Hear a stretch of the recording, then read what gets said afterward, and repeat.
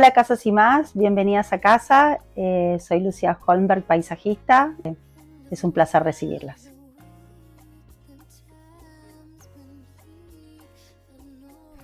Bueno, yo considero que mi estilo de paisajismo es actual y moderno.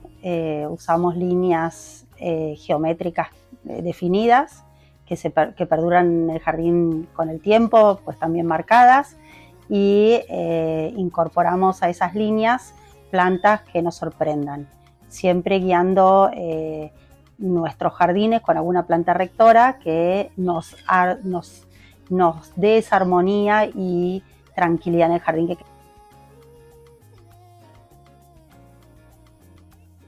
Más chiquita voy a arrancar, va a ser largo. Bueno, yo desde muy chiquitita me encantó lo que era el jardín.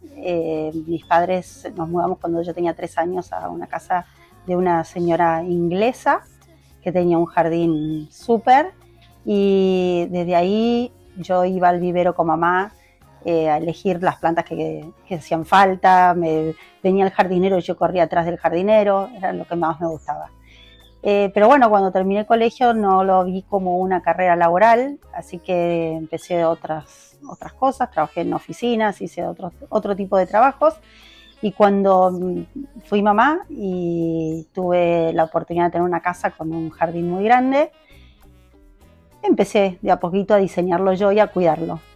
Y al año y medio, mis vecinos todos querían que yo les diseñe y les cuide sus jardines, y yo no me sentía capacitada, pero bueno, empecé de a poquito y ahí empecé a estudiar, a capacitarme, y terminé cuidando 23 jardines durante varios años y diseñándoselos como naturalmente me salía a mí. Como dije, empecé a estudiar, a profesionalizarme en el tema, a saber más, y terminé haciendo el curso de John Brooks, que es un curso de un inglés que se dicta acá en Argentina.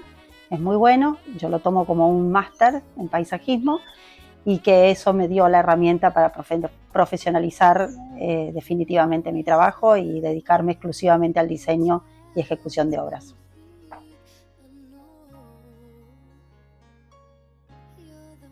En el momento que un cliente me contacta, tenemos nuestra primera charla por teléfono, yo lo que les digo que lo importante es ir al lugar, conocerlos, conocer lo que les gusta, ver la obra, dónde está implantada, los alrededores, porque todo eso va a condicionar, desde la arquitectura hasta el espacio que lo rodea, va a condicionar el diseño.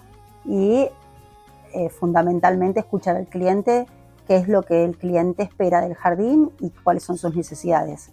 No todos los jardines son para todas las personas, y donde hay chicos que quieren juegos, quieren una cancha de fútbol, o hay gente que quiere plantas y recorridos y muchos canteros, por decir.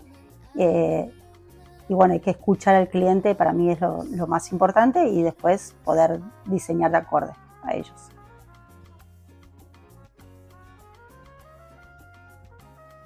Bueno, lo más importante es estudiar lo que naturalmente se da en el lugar, porque con eso, si nosotros sabemos qué plantas se dan en ese espacio, vamos a estar maximizando los recursos naturales, dígase el agua, el suelo, porque no vamos a estar, si nosotros usamos plantas nativas o naturalizadas del lugar, necesitamos seguramente mucho menos agua con riegos, porque no estamos forzando la naturaleza.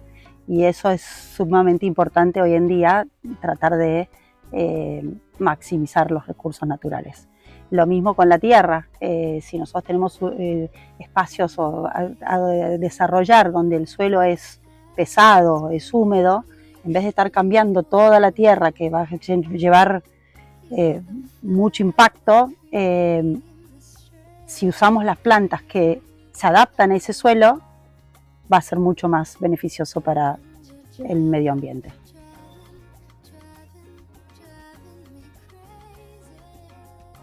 Para mí es muy distinto diseñar una casa en un barrio cerrado, en una zona urbana, a un espacio abierto en un campo, en una montaña, porque bueno, en lo que vendría a ser la zona rural, las vistas son abiertas, seguramente hay mucho que nos atraiga, que querramos incorporar dentro de nuestro espacio, a diferencia de una zona, un country, que es un barrio cerrado con los jardines propios, uno como que cierra la vista a su jardín. De la otra forma, en la zona urbana, uno lo abre. Entonces, nos pasa que por ahí nos llaman para diseñar algo en un jardín o un parque, en un lugar de montaña, donde la montaña es mucho más importante y la naturaleza, lo que hay ya es más importante que lo que podamos hacer nosotros. Entonces no vamos a querer competir contra eso, vamos a querer amoldarnos y jugar con lo que ya hay. Es tan importante eso que hay veces nuestra intervención tiene que ser casi imperceptible para que luzca la naturaleza en sí, que hable la naturaleza.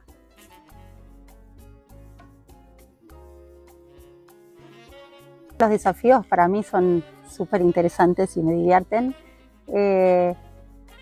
Si tengo que diseñar, que tuve, tanto desde Tierra del Fuego como a Madrid, en España, que nos llamaron para hacer un diseño, lo fundamental es estudiar el clima, el suelo, y qué es lo que realmente en el lugar se da. Volvemos a lo mismo de antes.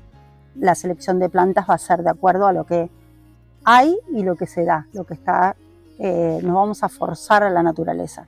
Entonces es sumamente importante estudiar muy bien cómo es el clima antes de diseñar, para que después prospere nuestro diseño. Obviamente que el diseño en sí, las formas que va a tomar el jardín, pueden ser un jardín similar en formas en Buenos Aires que en Madrid, pero el elemento vegetal va a ser por ahí distinto. Eso creo que es lo fundamental al tener en cuenta cuando uno va a diseñar.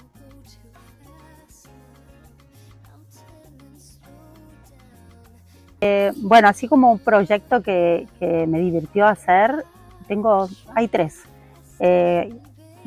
Comenté un poco el de Madrid, que antes de la pandemia, antes de que seamos virtuales, antes que todo, me llamó un cliente por Instagram, me contactó y me dijo que quería que yo le diseñara su jardín, y con todas herramientas en ese momento que yo no las conocía, porque no eran tan conocidas del Zoom y todo, él nos grabó con drones en su jardín y nos mandó videos aéreos con Google Maps, idas y vueltas de Zooms con el cliente.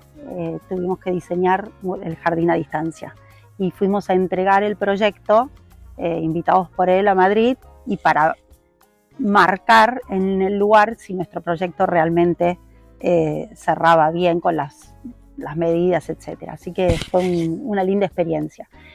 Y otros dos que para mí fueron muy lindos, que nos llamaron de la Asociación Católica Irlandesa, hace ya muchos años también, para diseñar el parque de una escuela en Caballito, acá en Buenos Aires, el Colegio Dillon, que había un galpón tremendo, con puro cemento, en el medio del colegio, de la escuela, un edificio antiquísimo que hoy es patrimonio de Buenos Aires, y querían recuperar ese espacio verde, querían sacar el cemento y hacerlo verde.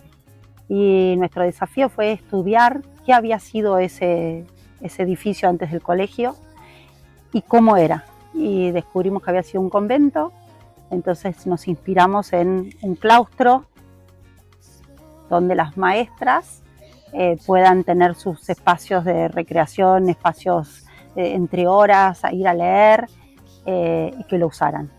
Y sabemos que hoy en día los usan las maestras para dar clases afuera, y donde van los chicos a pintar y bueno, realmente fue un lindísimo desafío porque tuvimos que aprender y fue lindo recuperar la historia del lugar. Fue un trabajo enorme porque hubo que picar, sacar todo y hacer drenajes, bueno, cambiar y hacer un pulmón verde donde había un galpón. Y otro desafío así grande que también me marcó un antes y un después fue la Escuela Técnica Roberto Roca de Chint, en Campana, que nos llamaron para también otra escuela, que había que hacer todo el campo de deportes y todo el exterior del colegio. Así que hubo que aprender desde medidas de cancha de fútbol, salto en alto, salto en largo, dónde se pone, cómo se pone, todo lo que un campo de deporte requería, así que fue más allá solo del paisajismo, sino que estudiamos mucho para que todo lo que necesitaban entrara, funcionara y quedara estético dentro del predio.